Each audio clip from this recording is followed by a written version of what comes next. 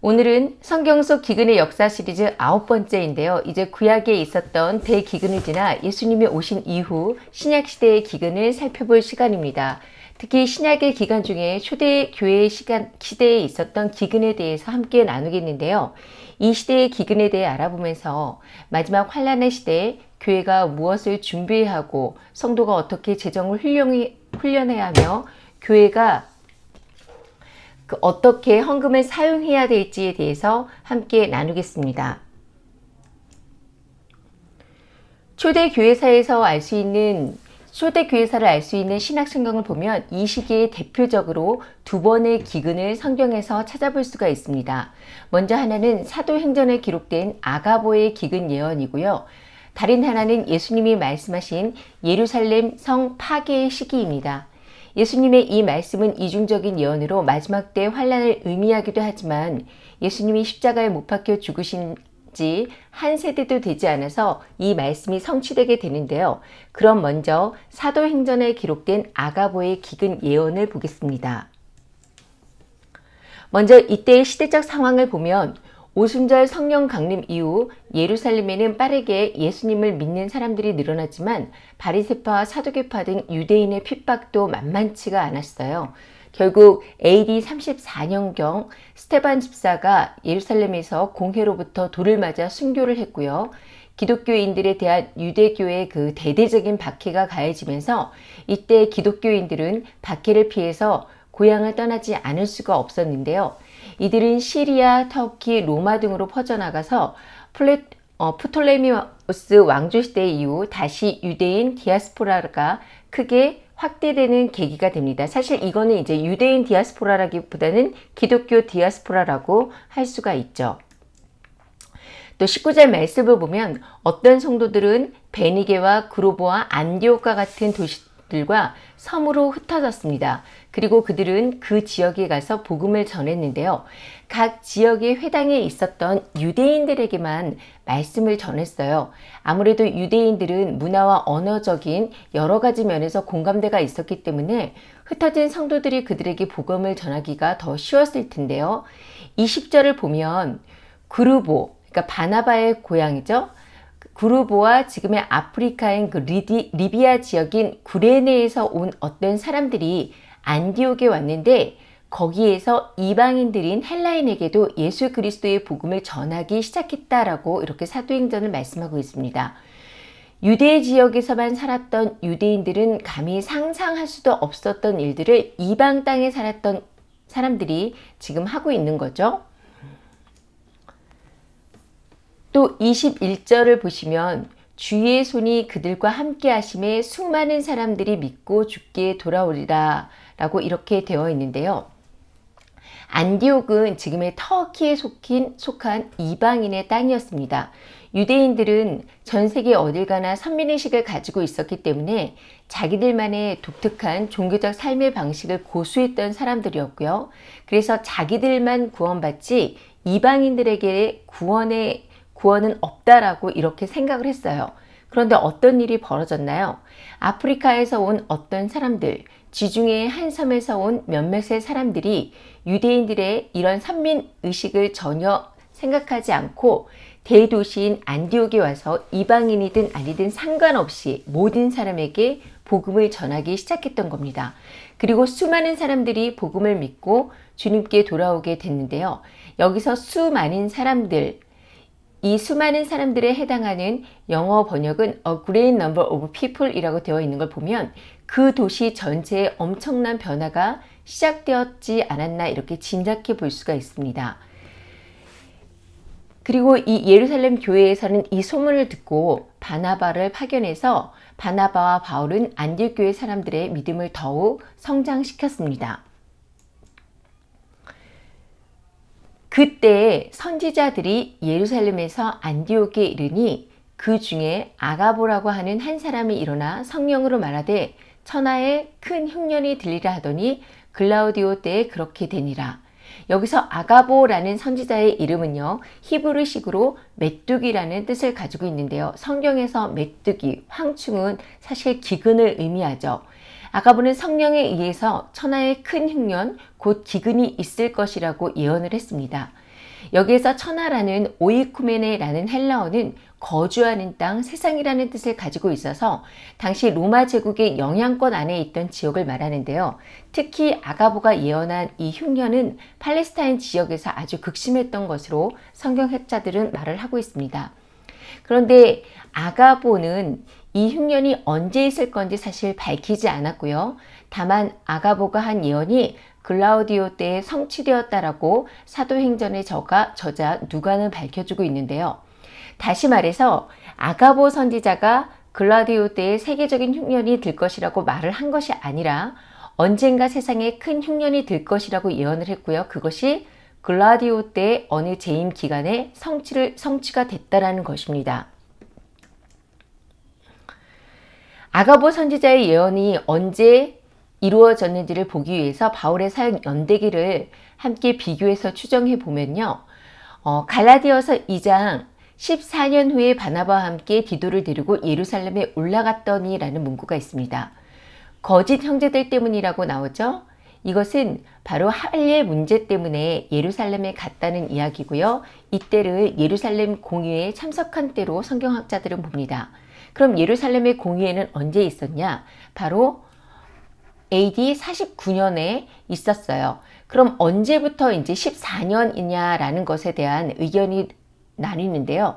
다메섹 사역 이후 그 바울의 회심 사건 이렇게 두 가지로 나눠집니다. 하지만 회심하고 다메섹 3년 이후에 14년이면 몇 년이에요? 17년이죠.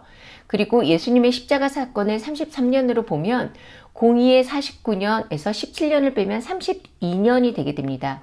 그러니까 예수님의 십자가 사건 전에 바울이 회심했다라는 것이 말이 안 되죠. 이게 옳지 않아요. 그렇기 때문에 여기서 14년이라는 뜻은 바울이 회심한 이후 14년으로 보는 것이 사실 올바른 해석이고요. 자, 그럼 35년에 바울이 회심을 하고 34년에 회심했다, 35년에 회심했다 여러 가지 의견이 있긴 한데요. 어쨌든 35년에 바울이 회심했다고 보면 14년 예루살렘 공의회에 그러니까 14년 후에 예루살렘 공의회에 참석을 했다는 것이 되겠죠. 그러니까 바로 이제 14년 후 49년 예루살렘 공의회와 기간이 맞아 떨어지게 됩니다. 그리고 또 바울의 2차 전도 여행의 연대 추정 근거를 보면 사도행전 18장에서 바울이 2차 전도 여행을 할 때 고린도에서 1년 6개월을 머물렀고 그 일로 갈리오 총독에게 재판을 받는 일이 있었습니다. 이 사도 바울이 갈리오 총독에게 재판을 받았을 때를 언제로 알 수 있어요? 왜냐 이것을 델피에서 발견된 갈리오 총독 비문에서 우리가 찾정할 수가 있는데요. 이 갈리오 총독 비문에 갈리오가 글라디우스 황제에 의해서 51년 7월에 갈리오의 1년간 총독으로 임명되었다라는 내용이 있습니다. 그러니까 이 재판받았던 기간을 51년 7월 이후에서 52년 7월 사이로 추정을 할 수 있고요.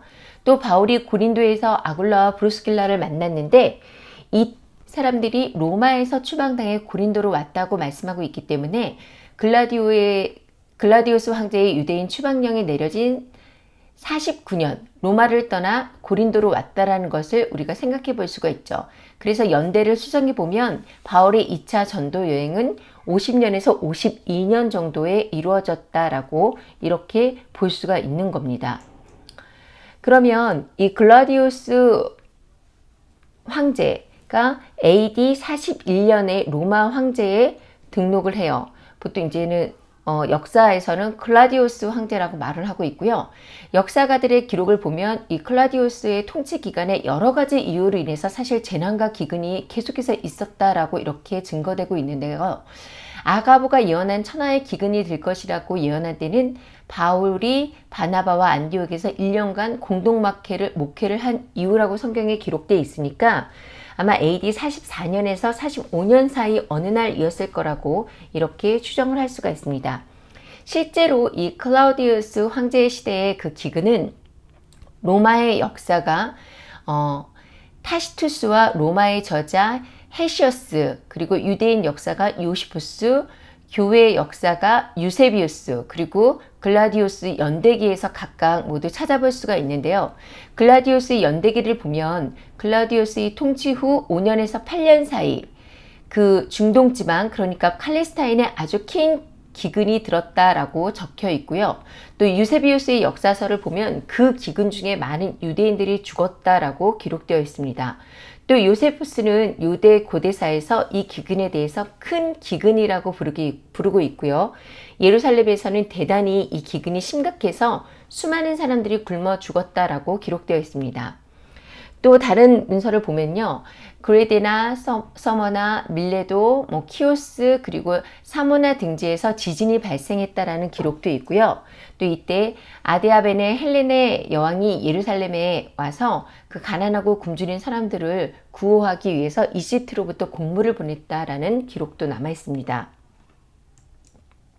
그렇다면 오늘 우리가 읽은 본문에서는 안디옥 교회에서 아가보가 예언을 했고 안디옥 교회에서 이것을 듣고 작정하여 연보를 보냈다고 되어 있는데요. 이 안디옥 교회는 어떤 교회인지 알아보기 전에 우리가 이 예루살렘 교회가 어떤 교회였는지 한번 살펴보겠습니다. 이 예루살렘 교회에 대해서 잘 설명하고 있는 성경 구절이 있는데요. 바로 사도행전 2장 42절에서 47절입니다. 함께 읽겠습니다. 시작. 그들이 사도들의 가르침을 받아 서로 교제하고 떡을 떼며 오로지 기도하기를 힘쓰니라.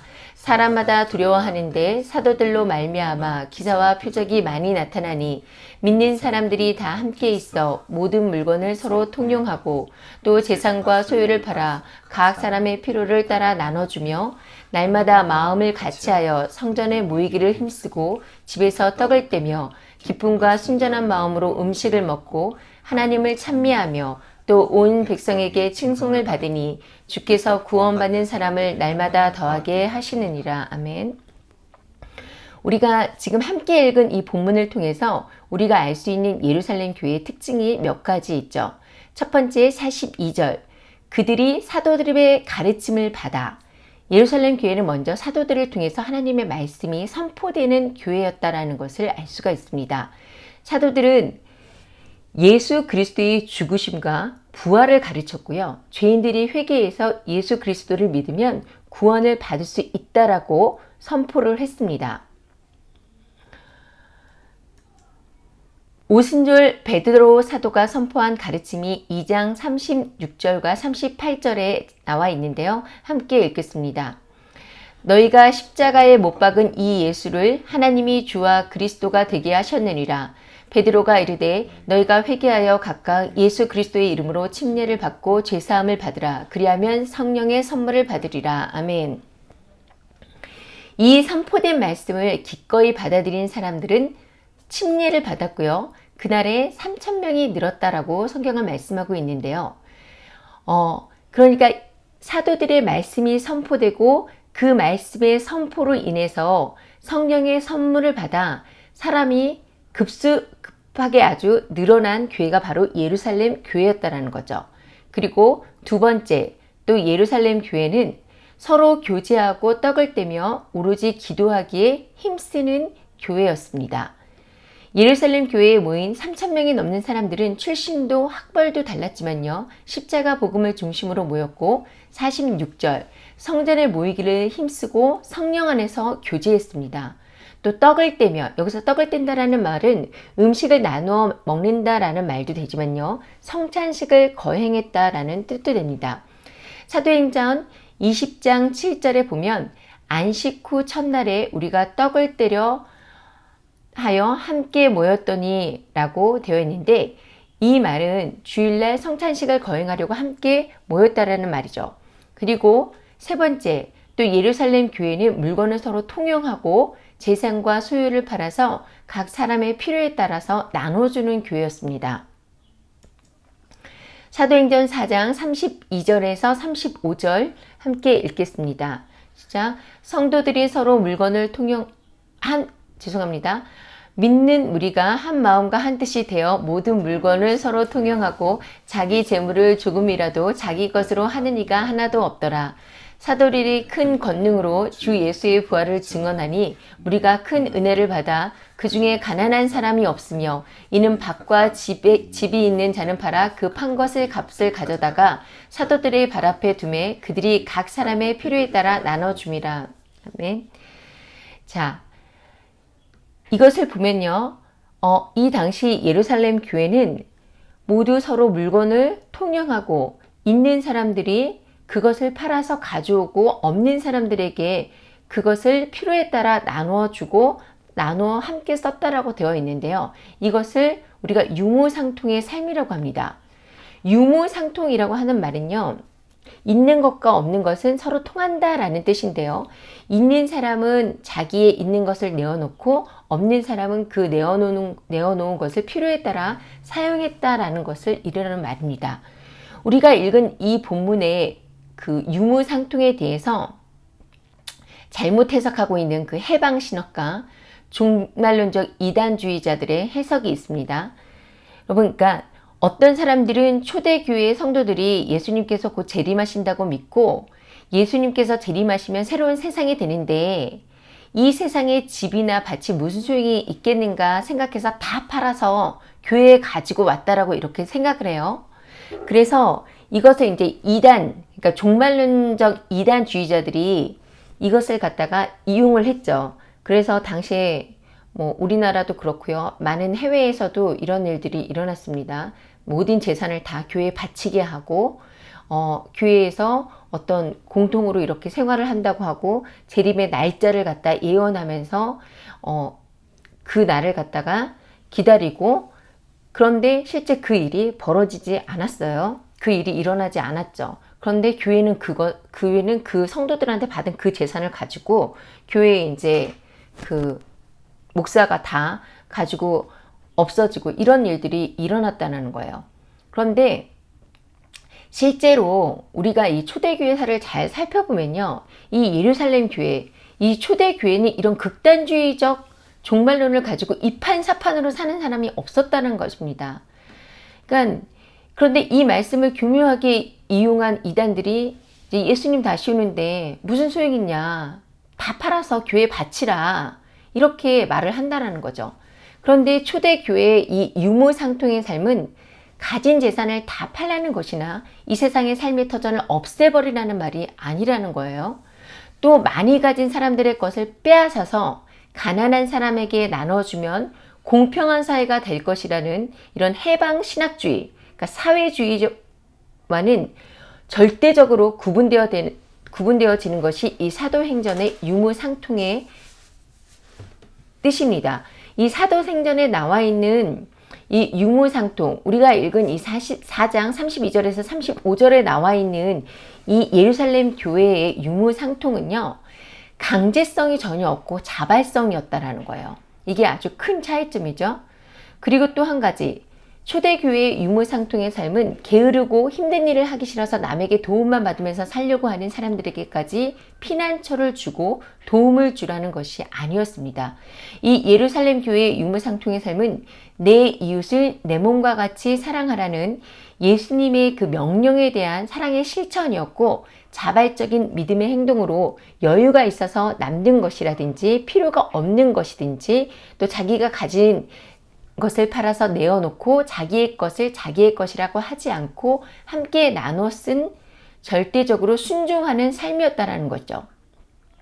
그리고 이 구제는 일반적으로 가난한 자가 아니라 우선적으로 그 고아와 과부들에게 이루어졌다라는 사실도 짚고 넘어가야 되는데요. 많은 현대 이제 교회 사람들이 주변에 이웃사랑을 실천한다고 하면서 교회 내에 어떤 성도들의 가난에 대해서는 외면하는 경우가 많습니다. 사회 곳곳에 기부를 하지만 자기 교회 내에 가난한 성도들의 어떤 어려움에 대해서는 전혀 모르쇠로 하고 있다는 거죠. 그런데 실제 우리가 그런 되찾고자 하는 교회의 모습, 그러니까 초대 교회의 모습의 헌금 사용처를 보면 구제의 순서를 보면 첫째는 내 교회 성도들의 어려움을 먼저 살폈고요. 그 다음에 이웃을 살피고 도왔다라는 거예요. 또 여기에서 백성들에게 칭송을 받아 주께서 구원하는 사람이 날마다 더하게 하셨다라고 되어 있는데요. 이 하나님이 이 초대교회를 부흥시킨 것은 단순히 말로 예수님을 믿으라고 하는 그런 전도가 아니었고요. 사도들의 가르침에 순종하고 또 사랑으로 서로를 보살폈기 때문에 이루어졌다라는 것을 우리가 알 수 있습니다. 그런데 그러면 하나님은 왜 하필 이런 초대교회가 시작된 예루살렘 교회를 중심으로, 예루살렘을 중심으로 유대 지역에 극심한 흉년이 들도록 내버려 두셨을까요? 예수님을 믿으면 사실 다 만사 형통한다라고 이렇게 생각하는 사람들이 많아요. 지금 현대 교회들이 모두 예수님 믿으면 복 받아요. 예수님 믿으면 다 잘 될 수 있어요. 이렇게 마치 예수님이 무슨 산타클로스인 것처럼 이렇게 포장을 하고 잘못 가르치고 있는데, 이런 가르침을 받은 사람들은 이 상황이 전혀 이해가 안 될 수밖에 없을 겁니다. 그래서 이런 생각을 가진 사람들이 이런 질문을 많이 해요. 아니, 도대체 말이 되지 않냐? 왜 예수님께서 예루살렘 교회를 보호하셔야지 왜 이렇게 어려웠냐? 이런 질문을 제가 많이 받았습니다.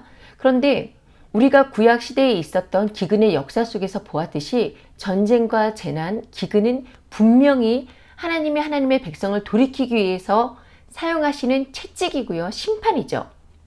그런데 베드로를 비롯해서 사도들이 있었던 지역, 지금 이 예루살렘 교회는 성령 충만을 받아서 핍박과 환난을 무릅쓰고 예수 그리스도를 증거하는 제자들이 가득한 이 지역에 더 큰 흉년이 들어서 예루살렘 교회와 성도들이 어렵게 되는지 이해가 안 될 수 있다는 것입니다.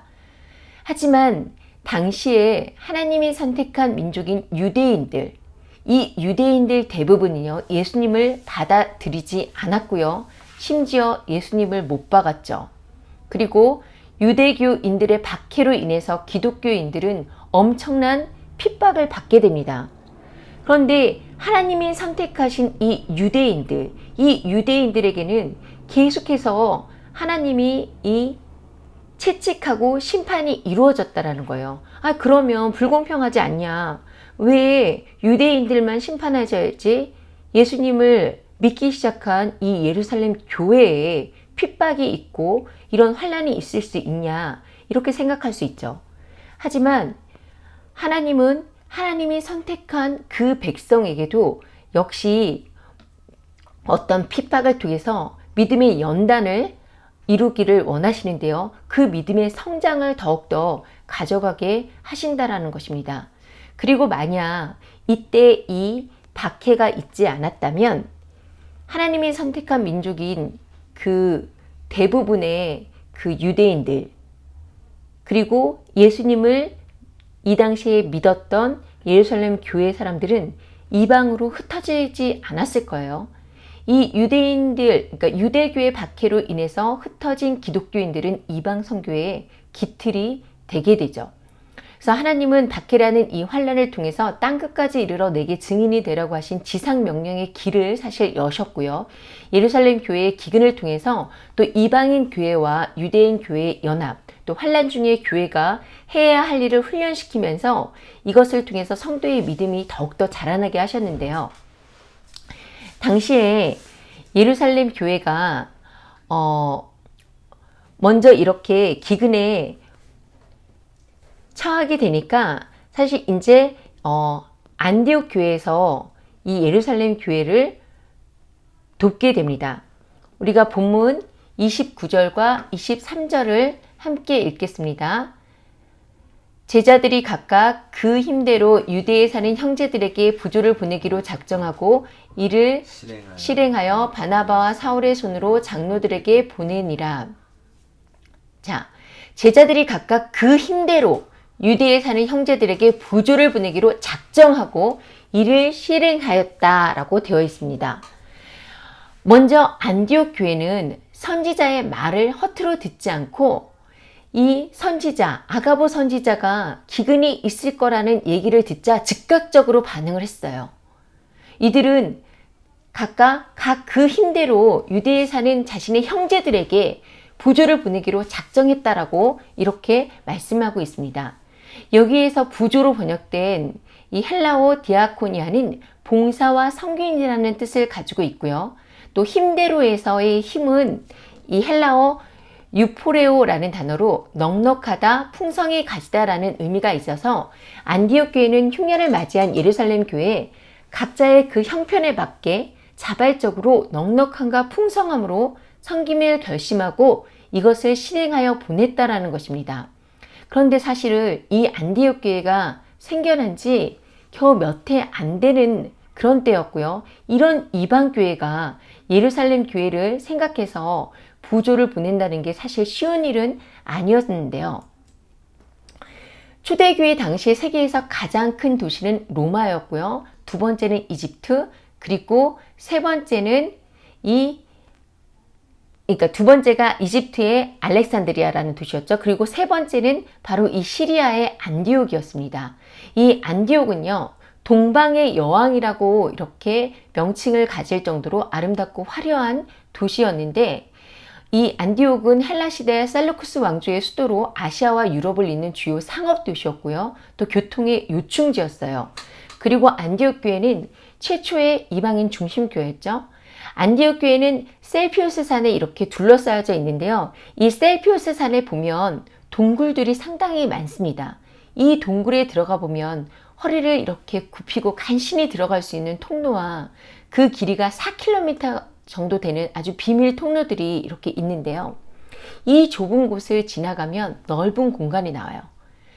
여기에서 이 안디옥 교회의 초대 교회 성도들이 안디옥에 있는 그 핍박을 피해서, 환난을 피해서 함께 예배를 드렸습니다. 지금도 보면 이 베드로가 와서 말씀을 전했다는 베드로 동굴교회도 우리가 찾아볼 수가 있어요.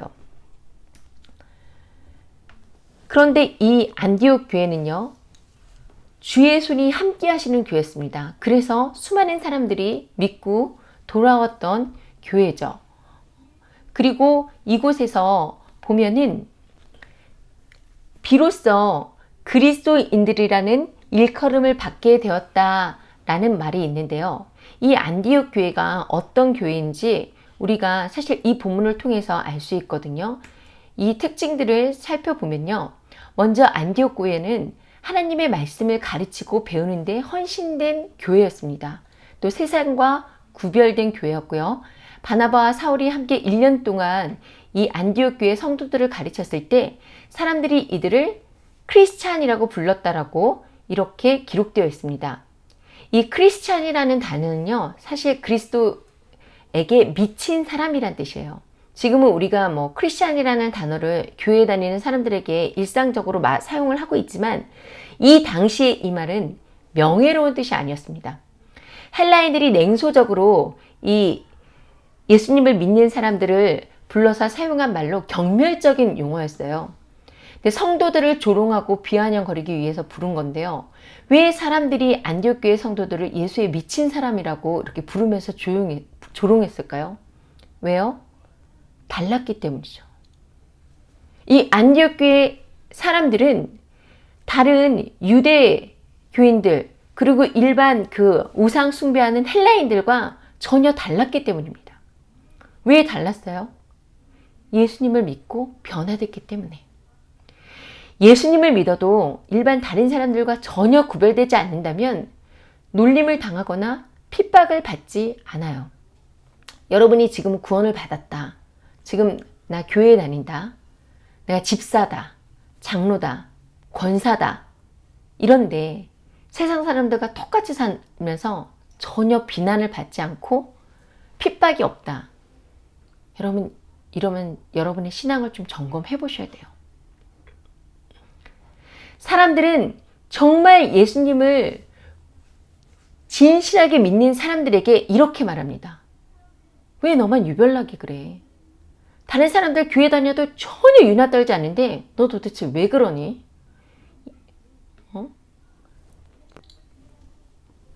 저도 하나님을 믿으면서 제가 예수에 미친 사람이라고 얘기를 들었어요. 제가 이때 이 말을 들었을 때 하나님, 저 너무나 기뻤습니다. 저희 남편하고 굉장히 감사하면서 제가 드디어 하나님 이런 말을 들었어요. 너무 감사합니다. 이 감사가 나오더라고요. 예수님을 믿으면 일반 사람들과 구별되어지는 게 너무나 당연한 겁니다. 예수님의 말씀대로 살려고 하면 다르게 살 수밖에 없죠. 사람들이 보면 뭐라 그래요? 예수 꼴통. 이게 진정한 예수님을 닮고자 하는 예수님의 참 제자들의 삶인 겁니다. 안디옥 교회 성도들은 비록 비난의 말이었지만 이 크리스찬으로 불려지는 것을 기뻐했습니다. 예수님의 이름으로 받은 핍박을 받으면서 오히려 기뻐하는 교회가 안디옥 교회였다라는 거죠.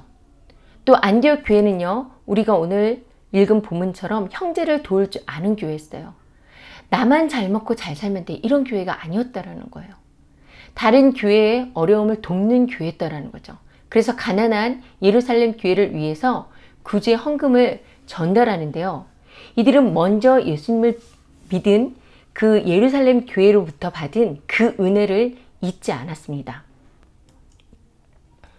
사실 이 바울의 여정을 보면 안디옥 교회뿐만이 아니라 그 마게도니아 지역, 그러니까 빌립보나 데살로니가, 베레아 교회, 또 아가야 지역, 그리고 고린도 교회가 모두 예루살렘의 그 가난한 성도들을 위해서 얼마나 기쁘게 연보를 했는지 알 수가 있는데요. 고린도후서 8장 1절에서 5절 함께 읽겠습니다. 형제들아, 하나님께서 마게도나 교회들에게 주신 은혜를 우리가 너희에게 알리노니 넘치는 기쁨과 극심한 가난이 그들의 풍성한 연보를 넘치게 하게 하였느니라. 내가 증언하노니 그들이 힘대로 할 뿐 아니라 힘에 지나도록 자원하여 이 은혜와 성도를 섬기는 일에 참여함에 대하여 우리에게 간절히 구하니 우리가 바라던 것뿐만 아니라 그들이 먼저 자신을 죽게 드리고 또 하나님의 뜻을 따라 우리에게 주었도다. 바울은 예수님께 구속받은 것뿐만 아니라 마게도냐 교회들이 예루살렘 교회를 위해 한 구제헌금의 참여를 은혜라고 이렇게 말을 하고 있습니다. 하지만 마게도냐 교회가 처했던 현실 상황은 사실 그렇게 넉넉하지 않았어요. 당시 로마의 압제로 인해서 금광이나 은광, 선박용 나무를 베는 권리 등 수입원들을 모두 로마인에게 빼앗겨서 구조적으로 사실 가난을 겪을 수밖에 없는 상황이었고요. 예수님을 믿는 것으로 환난과 극심한 가난은 더해져서 어려운 삶을 살아갈 수밖에 없는 상태였죠. 이거는 사실은 예루살렘 교회의 사람들은 예루살렘 교회의 그 당시 유대인의 그 기득권에서 멀어졌기 때문에 어떤 경제활동을 하는 게 어려웠던 것처럼 지금 어떤 이런 상황이 똑같이 마게도니아 교회도 있었다라는 겁니다. 그런데 이 마게도니아 교회의 상태를 알 수 있는 2절을 보면 환난과 극심한 가난으로 지쳐있고 짜증나 있는 것이 아니라 마게도니아 지역 교인들은 물질적으로 아무리 가난하고 또 핍박이 심해도 구원 얻은 사실 하나만으로 넘치는 기쁨을 가졌다라고 바울 사도는 말씀을 하고 있습니다. 이들은 극심한 가난 중에도 풍성한 연보를 드렸어요. 이들은 비록 물질적으로는 빈곤했지만 영적으로는 누구보다도 풍요로웠기 때문에 억지로 마지못해 드리는 것이 아니라 자원해서 이 연보를 드리게 됩니다. 4절과 5절을 보면 바울의 요청에서 비롯된 것이 아니라 성도를 섬기는 일에 참여함을 간절하게 구했다라고 기록하고 있어요. 이것은 물질 자체를 넘어서 자신을 주님께 드렸기에 가능했던 일이었는데요. 자신들이 하나님의 소유이고 우리에게 주어진 모든 것이 하나님의 은혜이기에 필요할 때 하나님의 나라를 위해서 드릴 준비가 되어 있는 것이 이 마게도니아 교인들이었기 때문에 가능했던 일이었습니다. 마지막 때를 살아가는 우리에게 가장 필요한 것이 자신을 주님께 드리고 하나님의 뜻에 따라 살아가는 결단과 바로 마지막 때를 살아갈 수 있는 훈련을 하는 것입니다. 특히 나의 생존과 교회의 생존을 위해서 재정의 훈련을 하는 것도 무척 중요한데요. 환란기의 교회들을 보면 우리가 어떻게 이것을 준비해야 할지 알 수 있습니다. 오늘 우리가 함께 본 그 예루살렘 교회와 안디옥 교회, 마게도냐 교회 등 초대 교회들은 교회 내 과부와 고아를 위해서 자원하는 마음으로 자신의 것을 나눴죠. 예를 들어서 만약 교회에서 가난한 교인들의 생활비를 지급한다면 여러분 어떻게 될까요? 교회는 아마 폭발적으로 교인 수가 늘어나고 성장할 것입니다. 실제 한국교회 구역 식구들의 그 생계를 파악하고 생계비를 일부 지급했던 교회가 급성장한 예가 있었습니다. 그리고 이 과정에서 예수님을 진실로 믿는 사람도 생겨났지만 반대로 일단 먹고 살기 위해서 교회에 들어가는 사람들이 당연히 있었어요. 그런데 이런 사람들은 진짜 환란기, 그러니까 교회 안에서도 궁핍이 해결되지 않으면 교회를 떠나고 더 나아가서는 교회를, 자신을 도와줬던 교회를 공격하는 적으로 변질될 수 있는 그런 위험이 있는 사람들인 거죠. 마지막 때에는 먼저 믿음으로 목숨을 걸고 순교를 각오하면서 서로 지키고 교회가 헌금을 주든 안 주든 상관없이 자신의 것을 나눌 수 있는 사람들이 함께 공동체를 이루는 것이 일단은 우선시가 되어야 됩니다. 그러기 위해서는 또 재정을 하나님께 맡기는 삶이 먼저 훈련되어져야 되는데요. 만약 이 훈련이 되어 있지 않다면 헌금을 내는 자는 교만으로 넘어질 것이고요. 야, 너희들 내 헌금 없으면 다 굶어 죽어. 내가 이렇게 돈 내니까 너희가 살아갈 수 있는 거야. 이런 교만으로 넘어질 수 있어요. 자신이 마치 무슨 특권을 가지고 있는 것처럼 행한다는 거죠. 그러나 이 헌금이라는 것은 하나님의 것이고 하나님의 돈으로 사용되어지는 거기 때문에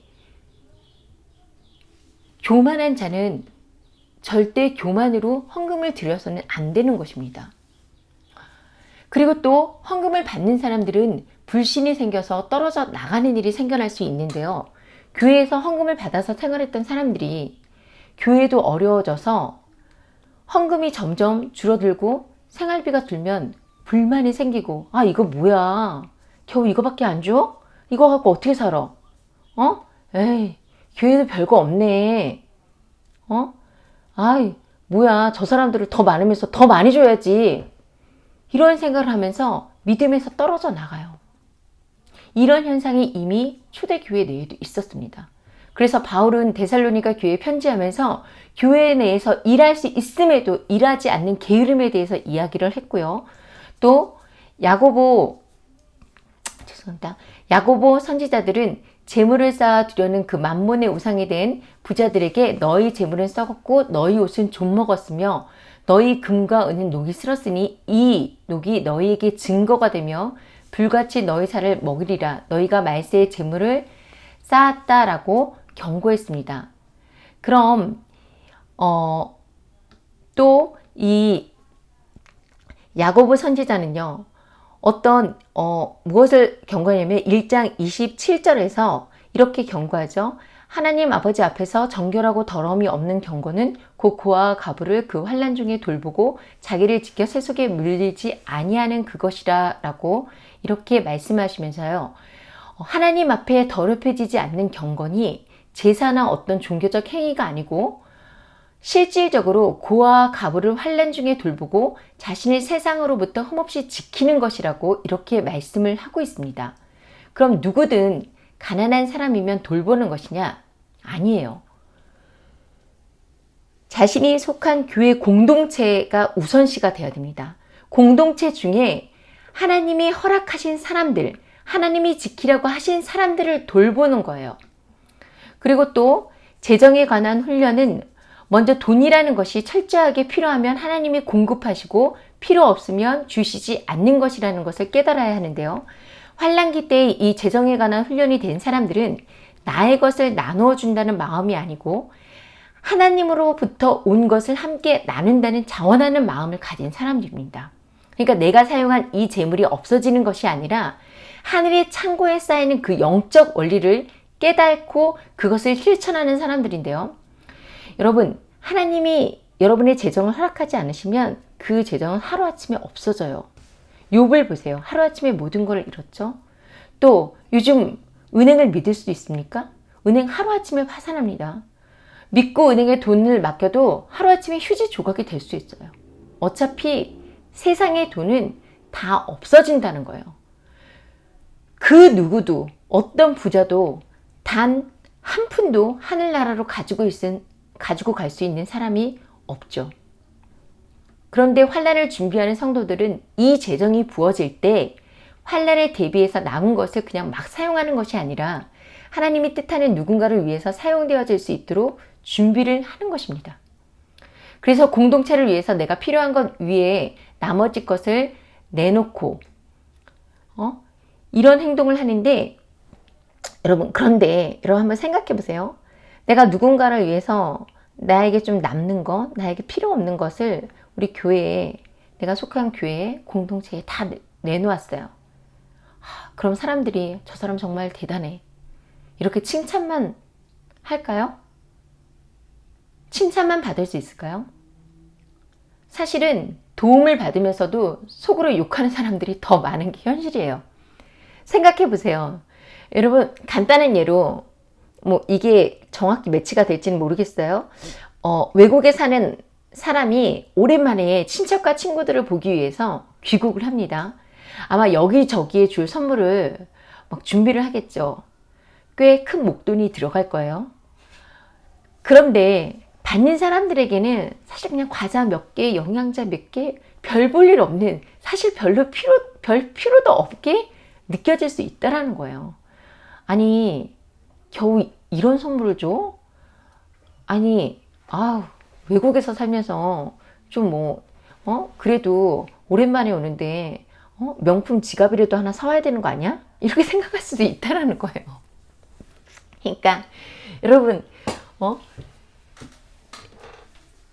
어려운 식구들을 위해서 어려운, 형편을 보고 내가 헌금을 냈는데, 그 헌금을 나눠받은 사람들이 아니 이거 가지고 어떻게 살아? 지난번에는 50만 원 줬는데 이제 30만 원만 준다고? 아니 어떻게 살라는 거야?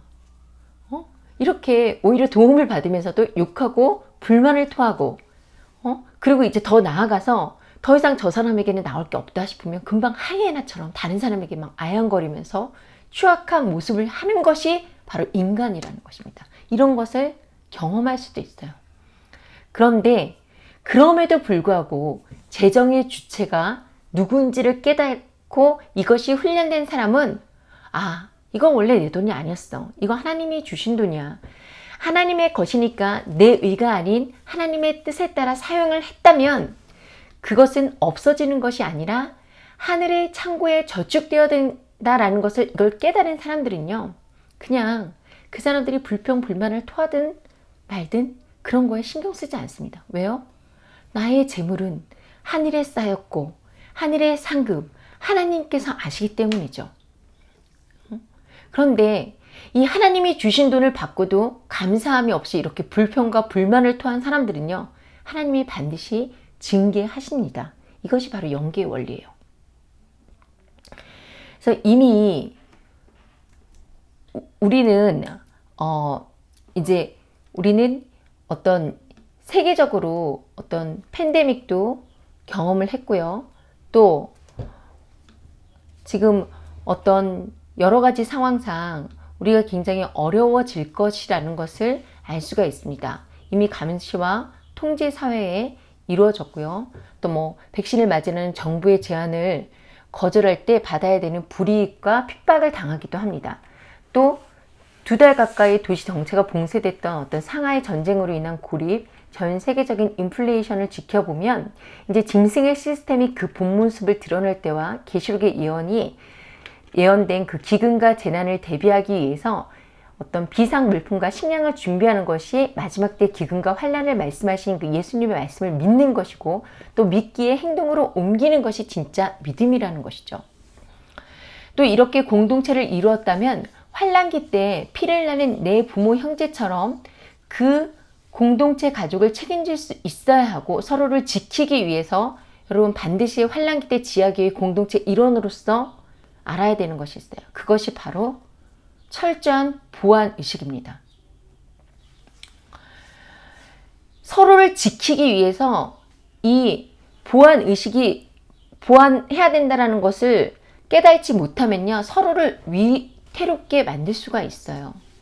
이 서로에 대한 정보를 철저히 지키는 것이 얼마나 중요한지 사실 우리가 그 중국과 북한의 지하교회를 통해서 이미 잘 알고 있고요. 이뿐만이 아니라 환란기가 오면 사람들은 인간성을 상실하고 짐승이 되는데요. 여러분, 이 상황이 또 예루살렘 성이 불탔을 때를 통해서 알 수가 있습니다. 주 70년에 그 로마의 티투스 장군이 예루살렘 성을 포위했을 때 7개월 정도 포위되었다가 예루살렘 성전이 불탔습니다. 이것을 역사적으로 유대 로마 전쟁이라고 하는데요. 66년 유대인과 로마인 사이의 종교적 분쟁으로 시작돼서 70년 티투스가 이끄는 로마군이 예루살렘을 함락했고 예루살렘 성전을 불태웠는데, 이때 이제 잔인하게 유대인 저항군을 진압함으로써 이 전쟁이 끝나게 되죠. 이때 끝까지 로마군에게 저항하기를 멈추지 않았던 예루살렘 성 안은 아비 규환이 따로 없었는데요. 역사상 이런 참혹한 그런 전쟁의 모습을 찾아보기 힘들 정도로 굉장히 참혹했다는 것을 요세푸스의 기록을 통해서 알 수가 있습니다. 기록에 따르면 당시 예루살렘에는 무교절과 유월절 절기를 지키기 위해서 순례자들이 약 270만 명 정도 모여서 사실 인산인해를 이루었다라고 해요. 이 전쟁으로 3개월 동안 예루살렘에서 약 50%인 110만 명이 죽고 9만 7천 명이 포로가 됐습니다. 그리고 이 전쟁의 잔혹함은 단순히 로마군에 의한 것뿐만이 아니었고요. 공성전으로 인해서 예루살렘 성 안에 항복을 반대한 저항군과 기근으로 인해 폭도들로 변한 사람들로 인한 실상이 더 컸는데요.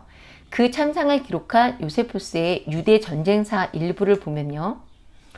6월절을 맞아서 예루살렘 상을 찾은 수많은 사람들이 순식간에 고립됐고, 당시 기근을 피해 예루살렘 성에서 도망가려는 사람들을 무차별하게 살해했습니다.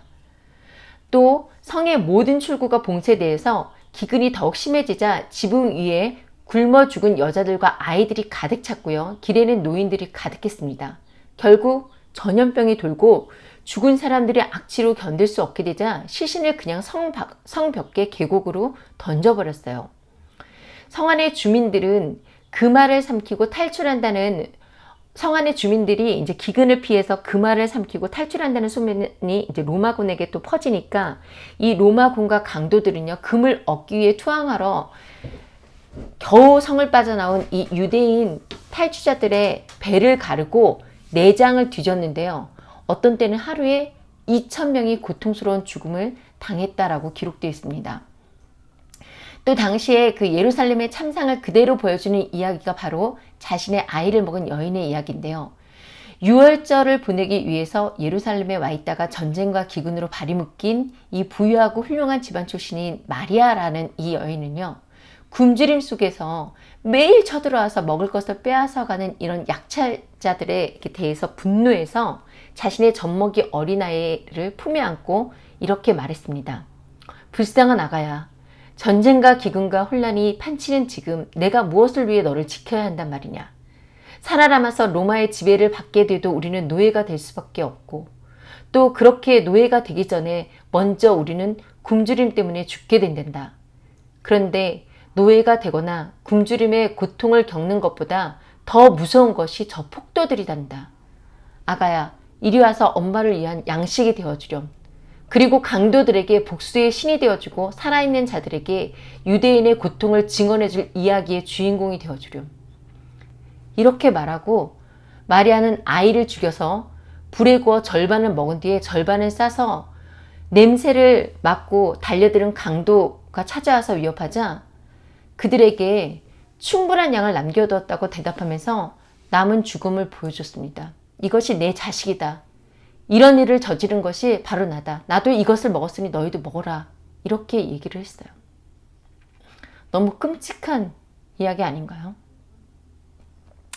근데 이런 일이 이루어질 것이라는 것에 대해서 이미 성경은 기록되어 있고 구약부터 많은 선지자들이 이때에 대해서 경고를 했는데요. 에스겔 5장 8절에서 12절을 함께 읽겠습니다.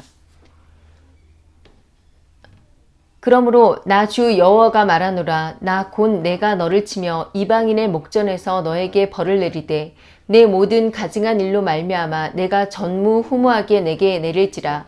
그러한즉 내 가운데서 아버지가 아들을 잡아먹고 아들이 그 아버지를 잡아먹으리라. 내가 벌을 내게 내리고 너희 중에 남은 자를 다 사방에 흩으리라.